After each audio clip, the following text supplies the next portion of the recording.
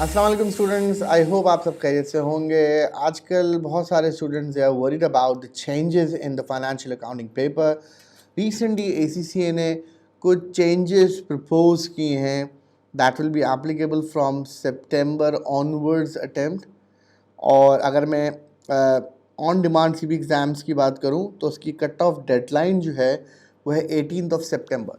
तो जो स्टूडेंट्स 18 सितंबर तक एग्ज़ाम देंगे वो उन चेंजेस को नहीं देख रहे होंगे, पुराने सिलेबस के हिसाब से, पुराने कंटेंट्स के हिसाब से वो एग्ज़ाम दे रहे होंगे। लेकिन जो 18 सितंबर के बाद स्टूडेंट जो हैं आएंगे वो स्टूडेंट सारे के सारे एग्ज़ाम दे रहे होंगे according to the new changes and new syllabus.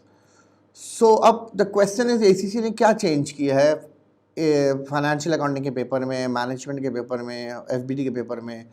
सो बहुत माइनर चेंजेस हैं बहुत सारे पेपर्स के अंदर। अभी हमारा आज का जो स्कोप है वो हम स्पेसिफिकली फाइनेंशियल अकाउंटिंग की बात करेंगे। तो इसके अंदर अगर आप बात करें तो हम FA1 की बात भी कर रहे हैं, हम FA2 की बात भी कर रहे हैं और F3 की बात करें।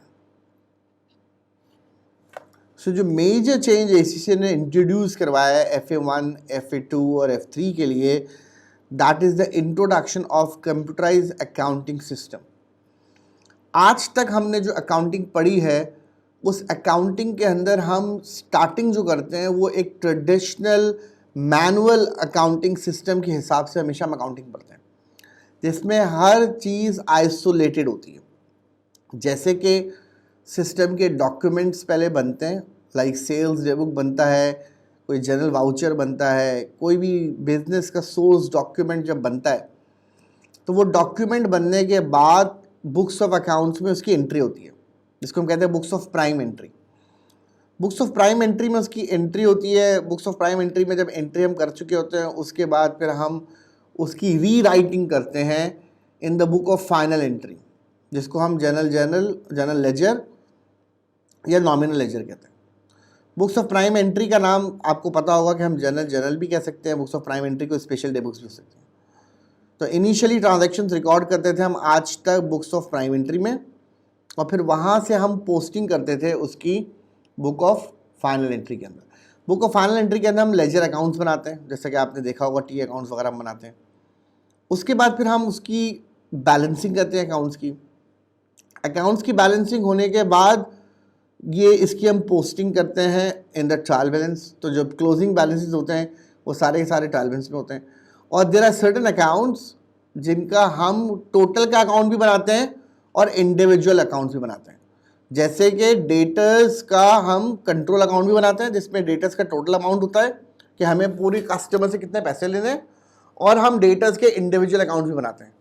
इंडिविजुअल अकाउंट्स हम इन्वेंट्री के भी बना सकते हैं, इंडिविजुअल अकाउंट्स हम जो है वो एम्प्लॉयज़ के भी बनाते हैं, इंडिविजुअल अकाउंट्स जो है वो हम पेबल्स के भी बनाते हैं।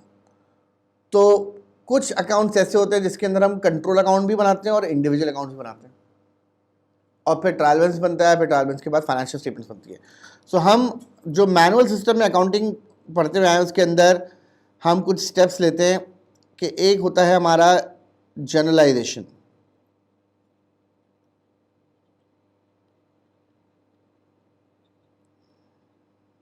जनरलाइजेशन मतलब क्या होता है कि recording business transactions from in the book of original entry और बुक ऑफ प्राइम एंट्री।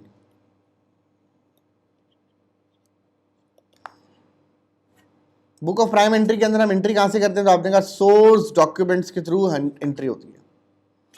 फिर हम इन ट्रांजैक्शंस को डेबिट क्रेडिट के फॉर्म में रिकॉर्ड करते हैं बुक ऑफ प्राइम एंट्री में, और फिर इसको रीराइट करते हैं, इसको हम कहते हैं पोस्टिंग स्टेप।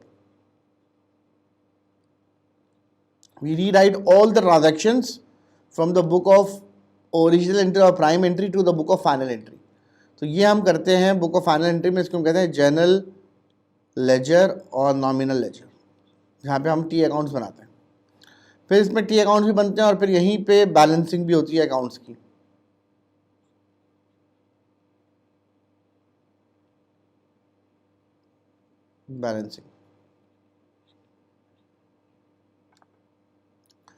बैलेंसिंग होने के बाद फिर हम मूव करते हैं, थर्ड स्टेप हमारा आ जाता है ट्रायल बैलेंस का। ट्रायल बैलेंस के बाद we do some adjustments and after doing the adjustments we prepared and again an adjusted trial balance जो अगर बराबर हो जाता है तो फिर हम आगे मूव करते हैं, अगर बराबर नहीं होता तो उसका मतलब हमने एरर किया हुआ, तो यहाँ पे सस्पेंस अकाउंट खुल जाता है। अगर हमारा ट्रायल बैलेंस इक्वल नहीं आ रहा, इधर भी सस्पेंस अकाउंट खुल सकता है अगर ट्रायल बैलेंस इक्वल नहीं आ रहा, और अगर इक्वल भी आ रहा है तो हमारे error not affecting the trial balance वाले एरर्स भी हो सकते हैं। तो हम एक दफ़ा बेसिकली इसको रीचेक करते हैं and then finally we prepare the financial statements जो हम दे देते हैं तमाम स्टेक होल्डर्स को। इसमें मेजर स्टेक होल्डर हमारा कौन होता है? मेजर स्टेक होल्डर हमारा शेयर होल्डर होता है या ऑनर होता है। ये एक प्रॉपर एक हम अकाउंटिंग साइकिल आज तक फॉलो करते हुए आए हैं, हमने हमेशा बेस में इस तरह अकाउंटिंग पढ़ी है। अब इन्होंने कहा होता ये कि प्रैक्टिकली स्पीकिंग जो स्टूडेंट्स हैं जब वो ACCA कर लेते हैं या पार्टली क्वालिफाई ACCA करते हैं, तो जब वो कंपनीज में जाते हैं तो कंपनीज में ऐसे काम होता ही नहीं। आज कंपनी सारी की सारी शिफ्ट हो चुकी हैं टूवर्ड्स कंप्यूटर अकाउंटिंग सॉफ्टवेयर्स। कुछ कंपनीज बड़े ERPs फॉलो करती हैं, एंटरप्राइज रिसोर्स प्लानिंग सॉफ्टवेयर्स। कुछ कंपनीज जो हैं वो छोटे अकाउंटिंग सॉफ्टवेयर यूज़ करी होती हैं, जिसमें quick books is one of the famous software, फिर ज़ीरो सॉफ्टवेयर है, सेज है, और डिफरेंट टाइप के जो है वो अकाउंटिंग सॉफ्टवेयर मौजूद हैं जिसके अंदर लोग फॉलो कर रहे होते हैं। पीच ट्री के नाम से भी एक सॉफ्टवेयर है। इस तरह के बहुत सारे सॉफ्टवेयर मौजूद हैं जिसके अंदर लोग एंट्रीज कर रहे होते हैं। तो जब स्टूडेंट वहाँ पहुँचता है तो वो कंफ्यूज हो जाता है कि भाई मैंने तो बहुत सारे काम करने थे, लेकिन जो है वो मैं तो सिर्फ एक स्टेप परफॉर्म कर रहा हूँ, बाकी काम ऑटोमेटिकली सॉफ्टवेयर खुद कर रहा है। तो यही चीज़ अब ACCA ने इंट्रोड्यूस करवा दी है, क्योंकि ACCA वर्क रेडीनेस पे काम करता है सबसे ज़्यादा। तो आप देखें जो आपके एग्ज़ाम्स भी जो कंप्यूटर पे शिफ्ट हुए हैं, उसका भी रीज़न ये था कि हम मैनुअल एग्ज़ाम्स दे रहे हैं, और पेपर में जब एग्ज़ाम दे के हम जब वर्क प्लेस पे जाते हैं, जॉब पे जाते हैं, तो वहाँ सारा काम कंप्यूटर्स पे, लैपटॉप्स के ऊपर, जो सिस्टम्स पे हो रहा है। तो बच्चा मैनुअल से शिफ्ट करना उसके लिए प्रॉब्लम होता था, उसको जॉब में अंदर एम्प्लॉयर को बहुत ट्रेनिंग देनी पड़ती थी एक्सेल की, वर्ड की। तब अगर आप देखें तो स्किल्स के आपके सारे पेपर्स एक्सेल के ऊपर, वर्ड के ऊपर, और प्रोफेशनल लेवल के कुछ पेपर्स में तो आपको पावर पॉइंट प्रेजेंटेशन भी बनानी होती हैं। तो इसी से आपको वर्क रेडीनेस पे काम करवाने की कोशिश कर रहा होता है। तो इसलिए उसने अब इंट्रोड्यूस करवाया है कि अब भाई ये जो सिस्टम है ट्रेडिशनल, ये ऑब्सलीट हो चुका है दुनिया से, अब ये नहीं चलेगा। तो अब हमें देखिए क्या करना है। अब हमारी ज़िंदगी और आसान हो गई है अकाउंटिंग सॉफ्टवेयर के आने की वजह से। अब एक स्टूडेंट को ये समझना है कि मुझे सिर्फ और सिर्फ अकाउंटिंग एंट्रीज करनी है सॉफ्टवेयर के अंदर,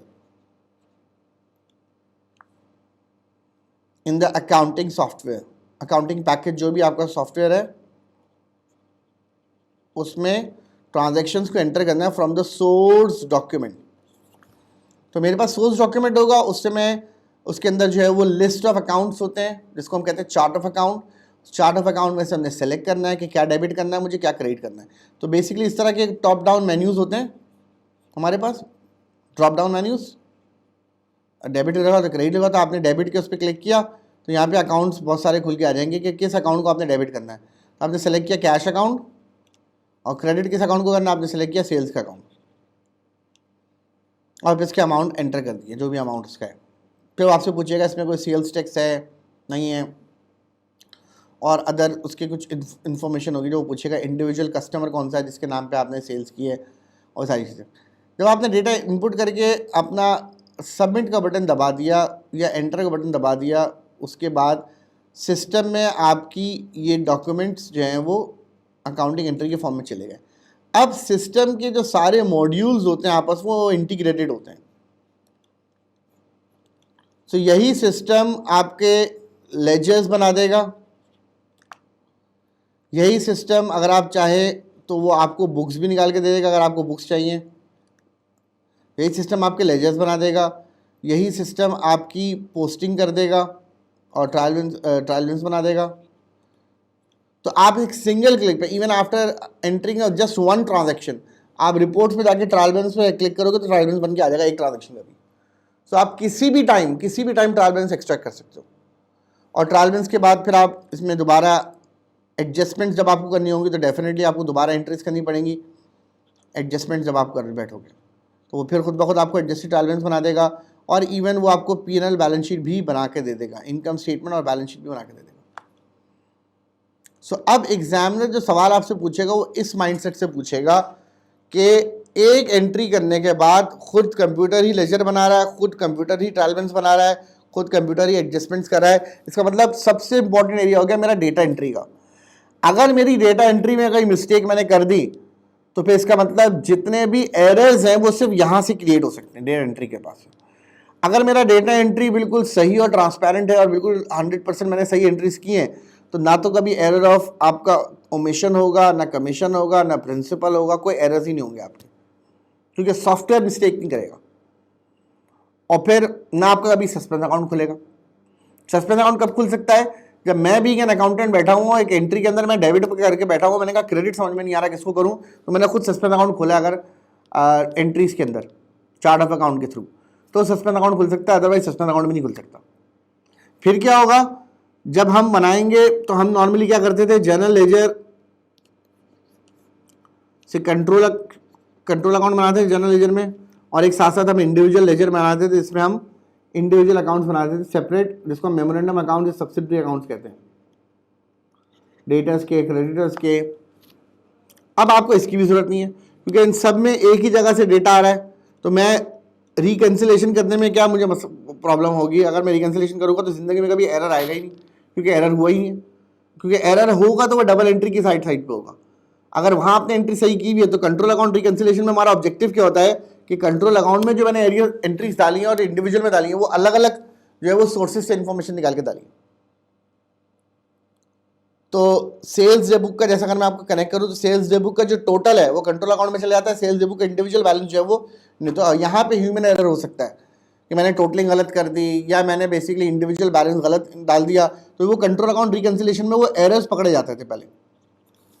अब तो ये मसला खत्म हो गया। अब तो क्या है कि मुझे सिंपल एक एंट्री करनी है, वो खुद ही लेजर्स बनाएगा, वो खुद ही बैलेंसिंग करेगा, वो खुद ही ट्रायल बैलेंस बनाएगा, वो खुद ही कंट्रोल अकाउंट बनाएगा, वो खुद ही इंडिविजुअल लेजर बनाएगा। तो कंट्रोल अकाउंट और इंडिविजुअल लेजर की रिकन्सिलेशन का कॉन्सेप्ट हो गया ऑल टुगेदर खत्म। हाँ, वो इंफॉर्मेशन जो बाहर से आती है, जैसे बैंक से इंफॉर्मेशन बाहर से आती है, तो उसको हम कहते हैं बैंक रिकन्सिलिएशन, वो एग्जिस्ट कर सकती है आज भी, क्योंकि वो बैंक का डेटा आता है और हमारा डेटा और बैंक का डेटा हम रिकन्साइल कर सकते हैं। दूसरा, हमारे रिकॉर्ड्स और हमारे कस्टमर के रिकॉर्ड से मैं रिकन्सिलिएशन कर सकता हूँ कि मेरे इंडिविजुअल लेजर में फॉर एग्जाम्पल मिस्टर ए का बैलेंस आ रहा है 20,000 रुपये का, तो जो मेरा इंडिविजुअल लेजर जो मेरा लेजर मेंटेन कर रहा है मिस्टर ए, उसके अकाउंट में भी सेम आ रही है एंट्री या नहीं आ रही?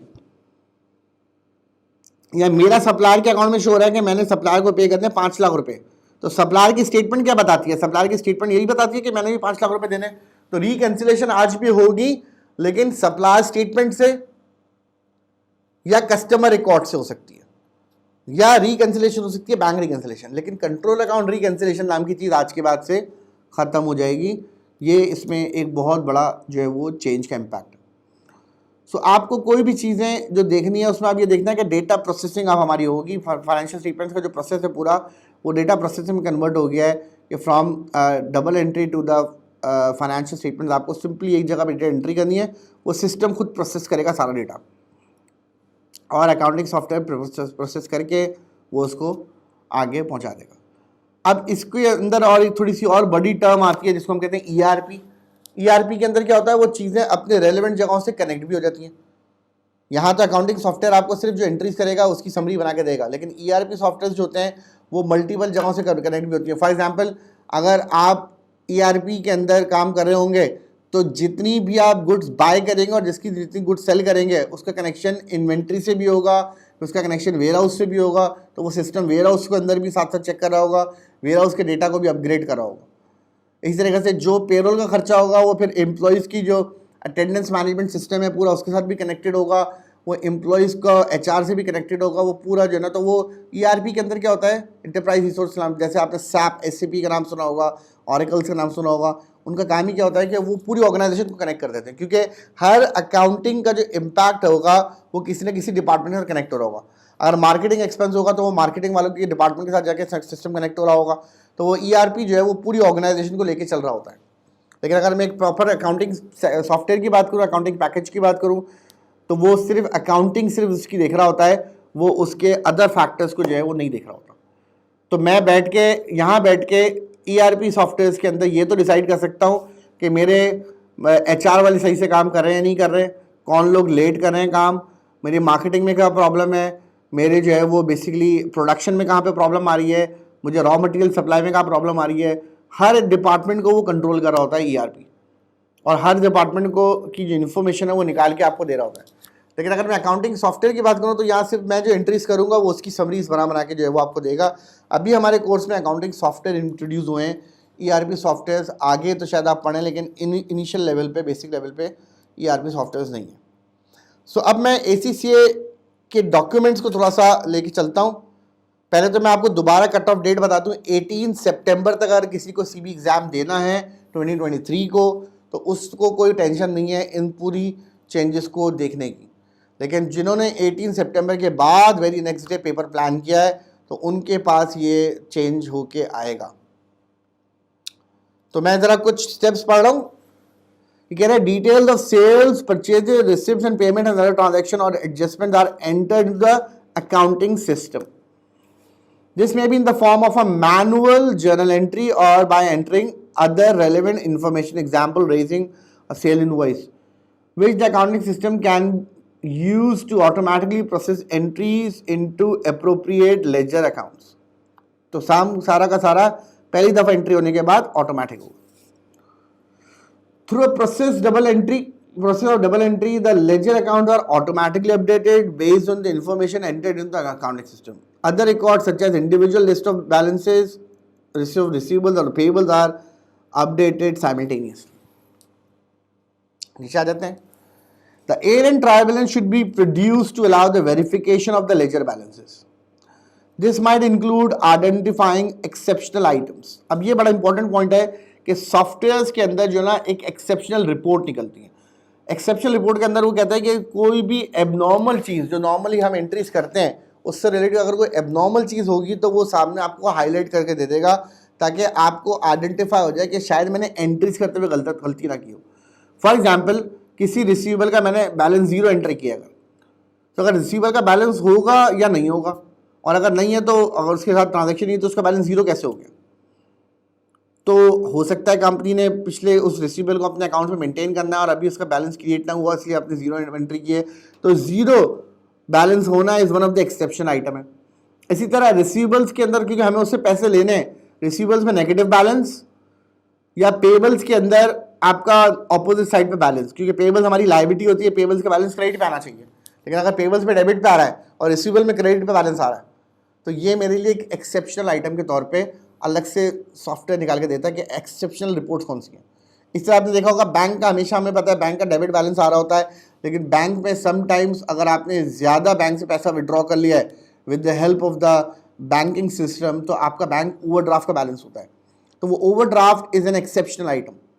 इसी तरह अगर कोई लार्ज ट्रांजैक्शन हुई है, आपने एक सेट की हुई लिमिट, भाई नॉर्मली मैं ट्रांजैक्शन करता हूँ 1 लाख रुपए की, 1 लाख रुपए से ऊपर की ट्रांजैक्शन हुई है तो वो निकाल के दिखाएगा these are the exceptional items. Exceptional report निकलती है.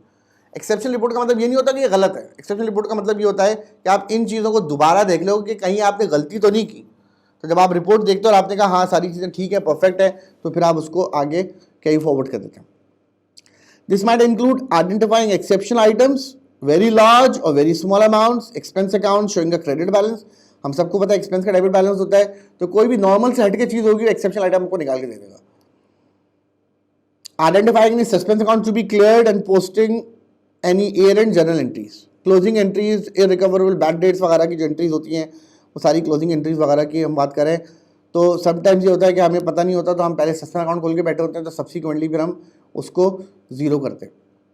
तो आपके ये एक एक्सेप्शनल रिपोर्ट निकल आती है कि भाई ये हज़ारों ट्रांजेक्शन हैं, लेकिन हज़ारों में से ये 10 ट्रांजेक्शन ऐसी हैं जो बिल्कुल डिफरेंट हैं, नॉर्मल से हटके हैं, इसके बैलेंसेस अलग हैं. तो इसको एक दफ़ा देख लो ताकि आपके पास एक चेक हो कि कहीं मिस्टेक्स तो नहीं हो रही.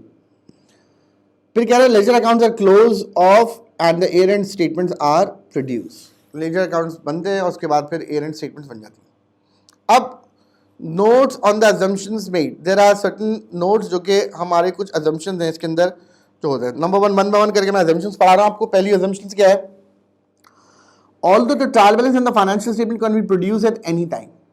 ट्रायल बैलेंस फाइनेंशियल स्टेटमेंट मैंने आपको बताया हर सिंगल क्लिक पे आप बना सकते हैं।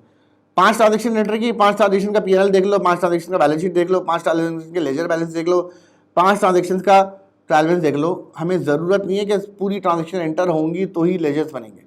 हर ट्रांजेक्शन के बाद आप ऑटोमेटिक आपका डेटा अपडेट हो रहा होता है।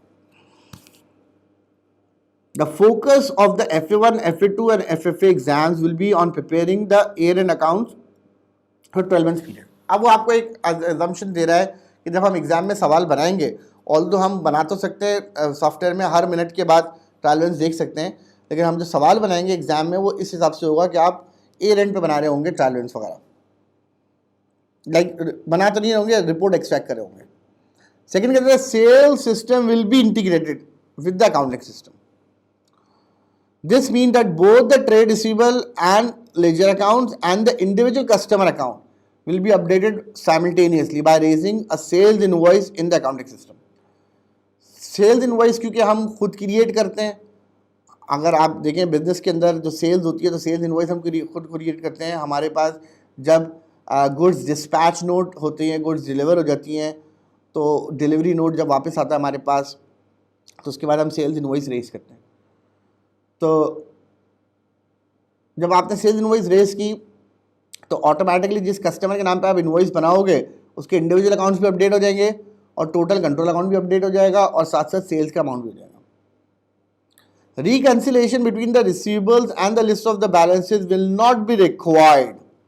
देखिए एग्जामिनर ने दो बातों को इसमें कैपिटल लेटर्स में भी लिखा और बोल्ड भी किया हुआ है कि सेल्स सिस्टम पहले तो अकाउंटिंग सिस्टम के साथ इंटीग्रेट हो गया, वरना पहले क्या होता था इनवॉइस अलग बनाओ, इनवॉइस बनाने के बाद जो है अब हमें वो इनवॉइसेस एंटर करनी पड़ती है सिर्फ जो बाहर से आती हैं, जो हम बना रहे होते हैं वो ऑटोमेटिकली सिस्टम से जनरेट होगी। और साथ साथ वो दूसरे में क्या लिखा हुआ है, reconciliation between trade receivable and the list of the customer balances will not be required because they have been updated simultaneously with the same information. अच्छा सेम बात इसने परचेज सिस्टम की लिखी है कि परचेज सिस्टम भी इंटीग्रेट हो जाएगा और फिर दोबारा रिकंसिलिएशन इसमें भी रिक्वायर्ड नहीं है। हाउ एवर, यहां से पढ़ रहा हूं हाउ एवर से, ये बात थोड़ी सी नहीं है तो मैं इसको वो कर रहा हूं। However, the reconciliation between the individual supplier balances and any supplier statement received from that supplier will be required because it verifies the information against an external source. कि हमारे रिकॉर्ड्स और सप्लायर के रिकॉर्ड्स जो है उसमें आपका उसमें reconciliation हो सकती है। तो आसान अल्फाज में जो हम सिस्टम में बना रहे हैं और सिस्टम में उसी दो रिपोर्ट्स क्रिएट कर रहे हैं तो उसकी रिकंसिलिएशन करने का कोई फ़ायदा नहीं है, क्योंकि अगर गलती होगी तो एंट्री के लेवल पे होगी। एंट्री गलत अगर नहीं है तो फिर सारी चीज़ें सही होंगी हमारी, तो सिस्टम तो एरर करेगा नहीं। हाँ वो कहते हैं जो इन्फॉर्मेशन बाहर से आ रही है, जो आपका सप्लायर भेज रहा है या जो आपका बैंक भेज रहा है, वहाँ मैं रिकंसिलिएशन कर सकता हूँ। However, the reconciliation between the individual supplier balances and any supplier statement received from the supplier will be required because it verifies information against an external source. Differences may have arisen due to, for example, transposition errors when entering information from the purchase invoice, allocating the supplier invoice against the wrong supplier, not updating the accounting records for settlement discount taken, payment made but not yet received by the supplier. Further detail on this can be found in the technical article supplier statement reconciliation। ये इन्होंने अलग से reconciliation की। तो अगर आप गौर से देखें तो ये सारी जो मामलात हैं इसका कनेक्शन किससे है, इनिशियल एंट्री से। कि आपने सप्लायर को पेमेंट कर दी, अपने रिकॉर्ड अपडेट नहीं किए तो डिफरेंस आ जाएगा। आपने पेमेंट कर दी लेकिन एंट्री डेबिट क्रेडिट में आपने जो गलत अमाउंट एंटर कर दिया, डेबिट में कुछ और अमाउंट लिख दिया, क्रेडिट में कुछ और अमाउंट लिख दिया, या आपने पेमेंट की मिस्टर एक्स को आपने एलोकेट कर दिया मिस्टर वाई के अकाउंट में जाके, तो आप अगर ह्यूमन एरर करोगे तो गलती होगी, अदरवाइज सिस्टम में एंट्री होने के बाद एंट्री गलती नहीं होगी। तो सबसे इंपॉर्टेंट कंट्रोल्स जो हमें बिल्डअप करने हैं वो अकाउंटिंग एंट्री। तो यहाँ पे एक वर्ड हम यूज़ करते हैं सेग्रीगेशन ऑफ ड्यूटीज़ का, और इसमें एक होती है बैच प्रोसेसिंग और एक होती है रियल टाइम प्रोसेसिंग। तो इसमें कोशिश की जाती है कि बैच प्रोसेसिंग की जाए कि लिस्ट ऑफ इन्वॉइसेस मैंने एंटर की, फिर एक दूसरा बंदा आएगा वो इन्वॉइस को, इन्फॉर्मेशन को सबको चेक करेगा उसके बाद इसकी प्रोसेसिंग करेगा। तो ये बैच प्रोसेसिंग इसमें बहुत कामयाब होती है। Although it may be common in many accounting systems, particularly cloud accounting packages. अच्छा, एक है क्लाउड अकाउंटिंग पैकेजेस, जिसके बारे में मैं थोड़ा सा आपको इंट्रोडक्शन दे दूं कि दुनिया में जब ये अकाउंटिंग सॉफ्टवेयर्स का कॉन्सेप्ट आया और कंप्यूटर्स का मसला आया, तो एक बहुत बड़ा आया मसला डेटा की रिटेंशन का। क्योंकि आपको पता है जब हम मैनुअल से निकल के अकाउंटिंग की कंप्यूटराइज की तरफ जाते हैं तो कंप्यूटर के साथ भी रिस्क अटैच है। अब कंप्यूटर में वायरस भी आ सकता है, कंप्यूटर आपका करप्ट भी हो सकता है, अब सारी इंफॉर्मेशन आपकी हार्ड डिस्क में हार्ड डिस्क आपकी डैमेज हो सकती है। तो there are number of data retention issues. Manual में ये फायदा आपको नहीं होता था, ये नुकसान आपको नहीं होता था कि मैनुअल अकाउंटिंग सिस्टम जब हम चलाते थे तो रजिस्टर्स के रजिस्टर्स भरे हुए। अब रजिस्टर्स के रजिस्टर्स भरे तो आपको जब चाहिए 2013 का रजिस्टर उठा लिया, 2020 का रजिस्टर उठा लिया, लेकिन उठा के ढूंढने में एक बहुत सब्सटेंशियल आपका टाइम इन्वेस्ट होता था। यहाँ तो आप सिर्फ सर्च बार पे लिखो, 1 मिनट में इन्फॉर्मेशन आ जाएगी, लेकिन इन्फॉर्मेशन होगी तो आएगी ना। लेकिन इन्फॉर्मेशन अगर हैक हो गई, इन्फॉर्मेशन अगर आपकी लॉस्ट हो गई, कोई वायरस आ गया, कोई मसला हो गया, तो उसका एक बहुत बड़ा प्रॉब्लम दुनिया में अराइज हुआ। तो फिर दुनिया ने क्या किया, बैकअप्स बनाने शुरू किए। अच्छा, बैकअप्स बनाने का क्या हुआ कि आपने कहा भाई कुछ लोग पहले CD पे राइट करके या USB पोर्ट में राइट करके रखते हैं चीज़ें, या हार्ड ड्राइव्स के अंदर रखते हैं, मल्टीपल हार्ड ड्राइव्स के अंदर। लेकिन मैंने कहा अगर ये सारी चीज़ें मेरे एक ऑफिस में रखी और मेरे ऑफिस में आग लग जाए तो मेरा तो पूरा सिस्टम क्रैश हो जाएगा। अब जैसे बैंक्स की आप एग्जांपल रखें, बैंक्स के पास बहुत सारे अकाउंट्स ऐसे होते हैं जो सालों से चले जाते हैं कि दादा का अकाउंट था, फिर बाप ने चलाया, बाप का अकाउंट था, फिर बेटे ने चलाया। तो ये कंपनीज के जो अकाउंट्स होते हैं 20-20 साल 30-30 साल के, तो उनको एक एक डे 1 से लेके आज तक का सारा डेटा मेंटेन करके रखना होता है। तो अब आपने कहा मैं अपने 20 साल का रिकॉर्ड निकालवाना चाह रहा हूँ, तो बैंक के पास ये डेटा होना चाहिए। और आपको पता है बैंक के अंदर अगर एक पाउंड की जगह मैं रुपीज़ लगा दूँ या रुपीज़ की जगह पाउंड लगा दूँ तो 10,000 रुपये में और 10,000 पाउंड में बहुत बड़ा फ़र्क हो जाएगा। इसी तरीके से अगर मैं किसी अमाउंट जो 10,000 का है, उस 10,000 के साथ 1 मिलियन M खाली ऐड कर दूँ तो एक बहुत बड़ा डिफरेंस आ सकता है। बैंक के अंदर बहुत बड़ा नुकसान हो सकता है अगर बैंक के सिस्टम अलाइन ना हो, या डेटा अगर चोरी हो जाए। तो एक बंदा कह रहा है मैंने तो आपके पास 20 करोड़ रुपये रखवाए थे, बैंक कह रहा है हमारे पास तो इन्फॉर्मेशन ही नहीं है आपकी। या एक बंदा जिसने 2,000 रुपये थे उसके अकाउंट में 20 करोड़ रुपये गलती से बैंक के सॉफ्टवेयर में अगर किसी ने एरर किया तो इतना बड़ा मिस्टेक हो सकता है बैंक से। तो फिर ये प्रॉब्लम का सोल्यूशन क्या हुआ, सोल्यूशन क्या है? तो फिर लोगों ने मल्टीपल बैकअप्स बनाने शुरू कर दिए ऑन डिफरेंट लोकेशंस। अब मल्टीपल बैकअप्स बनाने डिफरेंट लोकेशंस के अंदर भी आपको पता है प्रॉब्लम आती है कि किसी एक जगह बैकअप अगर ख़राब भी हो जाए तो दूसरी जगह से आप उठा सकते हैं, लेकिन उसकी कॉस्ट होती है बहुत ज़्यादा। तो आपको मल्टीपल बैकअप्स रोज़ाना की बेसिस पे या पर वीक की बेसिस पे आप बना रहे हैं तो उस पर भी प्रॉब्लम आती थी। और आपने फॉर एग्जांपल अगर वीकली आपने बैकअप बनाना है, आपने कहा एवरी सैटरडे हम बैकअप बनाएंगे, तो एवरी सैटरडे आप बैकअप बनाने बैठोगे तो यहाँ पे चैलेंज क्या आ सकता है कि सैटरडे से पहले अगर डेटा बीच में करप्ट हो जाए तो आपका 1 हफ्ते का डेटा तो कम से कम गया पूरा। तो अब इसका क्या होगा? फिर उसके बैकअप बनाओ तो बहुत ज़्यादा कॉस्ट और बहुत ज़्यादा प्रॉब्लम, बहुत सारा हैसल होती थी। तो इसका सोल्यूशन जो है वो बहुत सारे अकाउंटिंग सॉफ्टवेयर ने कि भाई आप क्लाउड पे काम कर लें। क्लाउड का बेनिफिट क्या होता है कि जो काम भी हम यहाँ पे एंटर करेंगे वो at the same time internet पे जाके एक हार्ड ड्राइव में सेव हो जाएगा। और जहाँ पे आप कंपनी आपको जो क्लाउड की सर्विसेज प्रोवाइड करी है और वो एक साथ मल्टीपल जगहों पे सेव होता है, तो उसकी बहुत एक मिनिमम कॉस्ट होती है जो आपको बहुत ज़्यादा खुद मेंटेन करें तो बहुत प्रॉब्लम है। वो कंपनीज आपको आज सर्विसेज दे रही हैं और बहुत सारे अकाउंटिंग सॉफ्टवेयर क्लाउड सर्विसेज दे रहे हैं। और नए सॉफ्टवेयर जितने भी आ रहे हैं तो सारे के सारे क्लाउड बेस्ड ही आ रहे हैं। तो आपको क्लाउड पे एंट्री करनी है, सारा डेटा आपका क्लाउड पे चले जाएगा, तो आपको डेटा का प्रॉब्लम नहीं होगा। तो क्या लिखा हुआ? Although it may be common in many accounting systems particularly cloud accounting packages, the bank account will not be integrated into the accounting system in the exam. The bank account will not be integrated into the accounting system in the exam. This means that adjustment will need to be made for the bank ledger account for any items which appear on the bank statement but that not have been manually entered in the accounting system, like direct debit, bank charges, and the reconciliation with the bank statement will be required. तो bank reconciliation का concept उन्होंने बताया है कि भाई bank का data क्योंकि बाहर से आता है, वैसे तो क्लाउड सिस्टम्स में बहुत सारी जगहों पे वो कह रहे हैं इंटीग्रेटेड हो जाती हैं चीज़ें, लेकिन हमारे एग्जाम पर्सपेक्टिव से हमने सोचा हुआ है कि अभी बैंक अकाउंट इंटीग्रेट नहीं हुआ। तो sale system, purchase system integrate हुआ है, बैंक अकाउंट इंटीग्रेट नहीं हुआ हो। तो बैंक की इन्फॉर्मेशन जो है वो बाहर से आएगी, तो इसलिए आपको इसकी रिकन्सिलेशन करने में प्रॉब्लम, रिकन्सिलेशन आपकी स्टिल रिक्वायर्ड है इन द सिलेबस, इसके ऊपर सवाल आएगा। तो मेरे कोर्स से कंट्रोल अकाउंट रिकन्सिलेशन तो ख़त्म हो गया, लेकिन सप्लायर स्टेटमेंट से रिकन्सिलेशन अभी भी है, बैंक रिकन्सिलेशन अभी भी है।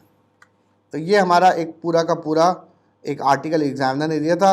वैसे तो मैं आपको दिखा सकता हूँ यहाँ पे कि अगर आप फॉर एग्ज़ाम्पल, ये मैंने आपको एक बेसिक थीम दे दी है इसकी, अगर आप जो है वो, मेरा इंटरनेट मैं कनेक्ट कर लूँ, 1 मिनट,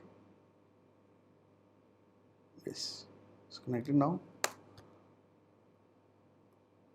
तो वैसे तो आप एग्ज़ाम में, जो लोग अभी एग्ज़ाम देने जा रहे हैं, उसमें आप देखें टेक्निकल आर्टिकल्स में स्पेसिफिकली उन्होंने कुछ आर्टिकल्स के अंदर relevant for September, from September, relevant from September करके लिखा है। तो राइट नाउ अभी हम जो है वो इन आर्टिकल्स को देख रहे हैं। तो ये जो सप्लायर अकाउंट स्टेटमेंट रिकन्सिलेशन का आर्टिकल है, सेल्स एंड परचेजेस हैं, इसी तरीके से process for preparing the accounting system, financial statements, ये 3-4 आर्टिकल्स हैं जो आप लोगों ने लाजमी पढ़ने हैं, जो कि आपको, अगर आप FA1 का पेपर दे रहे हो, या आप FA2 का दे रहे हो, या आप F3 का पेपर दे रहे हो, ये 3-4 आर्टिकल्स आपने लाजमी पढ़ने हैं। इन सब आर्टिकल्स के अंदर वही बातें जो अभी मैंने आपसे कर ली हैं, उसको वो और डिटेल में आपको समझा रहे होंगे। अच्छा, फिर ACCA ने एक जो है वो प्रॉपर एक पूरा चार्ट पब्लिश किया है, जिसके अंदर उन्होंने कुछ चीज़ें बताई हैं जो कि मैं आपको थोड़ा सा समराइज करके बता रहा हूँ। अगर हम यहाँ से शुरू करते हैं, पूरा एक टेबल बनाया हुआ, हर ट्रांजैक्शन टू ट्रांजैक्शन बताया हुआ, ताकि आपको क्लैरिटी आ जाए कि क्या ACCA किस तरीके से सवाल पूछेगा। अच्छा, सबसे पहले वो कहता है अगर कस्टमर ऑर्डर आता है, तो कस्टमर आता है तो आपको पता है a sale order is created within the sales module and the order is place with the warehouse. कि सेल्स ऑर्डर आपने क्रिएट किया है सिस्टम के अंदर, भाई ऑर्डर आया है और ऑर्डर को आपने प्लेस कर दिया। इसकी कोई एंट्रीज अकाउंटिंग सिस्टम अभी फ़िलहाल नहीं बनाएगा। फिर आ गया GDN, गुड्स डिस्पैच नोट, जिसके अंदर थ्रू हम गुड्स डिस्पैच करते हैं। Warehouse staff create the goods dispatch in the sales module, उसी मॉड्यूल के अंदर अब वो सेल्स का जो है वो गुड डिस्पैच नोट क्रिएट करेगा। And the two way matches is automatically, and the two way match is automatically perform by the system. क्योंकि अगर आपका GDN और आपका ऑर्डर मैच नहीं करेगा तो वो सिस्टम आपको फ़ौरन एरर बता देगा कि आप गलती कर रहे हो, क्योंकि जो ऑर्डर है उसी ऑर्डर रेफरेंस नंबर के हिसाब से गुड्स डिस्पैच नोट बनेगा आपका, ताकि आप सही क्वांटिटी और सही प्रोडक्ट जो है वो डिलीवर करो। अगेन सिस्टम को एंट्री पास नहीं करेगा। फिर कह रहा है sales invoice send to the customer, accounting soft staff creates a sales invoice. अब जब ये होने के बाद आपने इसमें सिर्फ क्रिएट करना होता है सेल्स इनवॉइस। जब आपका डिस्पैच नोट होता है, हमें इस बात की श्योरिटी हो चुकी है कि भाई हमारी गुड्स डिलीवर हो गई है। जैसी गुड्स डिलीवर होती हैं आप क्लिक करोगे इनवॉइस के बटन पे, क्रिएट इनवॉइस के ऊपर, जैसे आप इनवॉइस क्रिएट पे क्लिक करोगे हमारा क्या होगा, तो सेल्स मॉड्यूल आपको ऑटोमेटिकली इनवॉइस क्रिएट कर देगा। 3 way match is automatically perform by the system. अब अगेन सिस्टम ने देख लिया कि अगर आपका ऑर्डर, अब ये काम पहले हम ऑडिट में करते थे कि ऑर्डर को मैं मैच कर रहा हूँ विद द GDN को मैच कर रहा हूँ विद द सेल्स इनवॉइस। अब मैनुअल में ये हर चीज़ अलग अलग बनती थी, तो हमें तीनों को चेक करना पड़ता था, तीनों में घपला तो नहीं है, तीनों में गलती तो नहीं है। लेकिन अब ये सिस्टम के थ्रू बन रही है तो ऑटोमेटिक अगर आपको होगा तो एरर पता चल जाएगा। तो क्या कह रहा है, automatically reconcile the system, reconcile the sales, trade receivable and the related sales tax in the general ledger accounts. The individual accounts in the detailed listing of the customer is automatically updated with the same data. तो आपने जैसी वो किया, system में entry की और अपना create की इनवॉइस, तो system automatically the system recognises the sales, the receivables and the sales tax, ये सारी चीज़ें बन जाएंगी। जनरल लेजर अपडेट हो जाएगा, ट्रायल बैलेंस अपडेट हो जाएगा, P&L बैलेंस शीट अपडेट हो जाएगी और इंडिविजुअल अकाउंट्स भी अपडेट हो जाएंगे, सारे काम हो गए। फिर आपके पास कस्टमर से पैसे आए, अब ये एक्सटर्नल डेटा है, फिर अकाउंटिंग स्टाफ को एंट्री करनी पड़ेगी। The accounting staff receive remittance advice from the customer and manually check that the bank statement for the receipt. फिर क्या है, as the bank account is not integrated. वैसे मैंने आपको बताया क्लाउड सिस्टम में बैंक अकाउंट इंटीग्रेटेड होता है तो बैंक अकाउंट भी ऑटोमेटिक अपडेट हो जाता है, लेकिन क्योंकि वो क्या इंडिकेटेड नहीं है, a manual journal entry is processed to update the trade receivable and the bank, the individual accounts in the detail listing of the customer is manually updated. Using the same data. ठीक है जी। फिर कह रहे हैं returns, request for the return of the goods. Goods return की बात हो रही है तो रिटर्न फॉर्म आएगा। ठीक है जी। Yes, return form is receive from the customer. No entries हमने बनाई है, लेकिन फिर good receive from the customer जब होगा तो हम क्या करते हैं, once accepting and then receiving the return of the customer, warehouse staff creates a good receiving note in the sales module and match is automatically performed to the original sales. Again इस पर कोई entry नहीं होगी, लेकिन system मेरी reconciliation साथ साथ करता जा रहा है कि कहीं गलत गुड्स रिटर्न तो नहीं हो रही है। Supplier accepts the return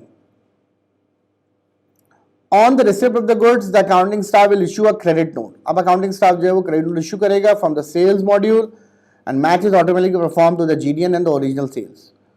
Automatically the system recognizes the sale return and the reduction in the trade receivable and other sales tax in the general ledger accounts. The individual customer accounts in the detailed listing of the customer is automatically updated with this same data. And finally, refunds hoga instead of the credit. On the receipt of the instruction from the customer, the accounting staff will issue a refund and send remittance advice. As the bank is not integrated, a manual journal entry is processed to update the trade receivable and the bank. The supplier staff account in the detailed listing of the customer is manually updated using the same data. तो अगर आप गौर करें तो हमारी जो जान थी वो काफ़ी हद तक छूट गई है, एरर्स बहुत रिड्यूस्ड हो गए हैं और मेजर काम हमारा जो है वो कौन कर रहा है, हमारा मेजर काम जो है वो सिस्टम खुद कर रहा है। तो अभी मैंने आज आपको जो है वो सेल्स को जो है वो कवर अप किया है और हम ब्रेक के बाद जो है वो परचेजेस का और साथ साथ नॉन करेंट एसेट्स का जो मैकेनिज्म है वो डिस्कस करेंगे। So we are taking a short break and after that break we will start again and we will do some remaining stuff ताकि आपका आज चेंजेस का कॉन्सेप्ट क्लियर हो।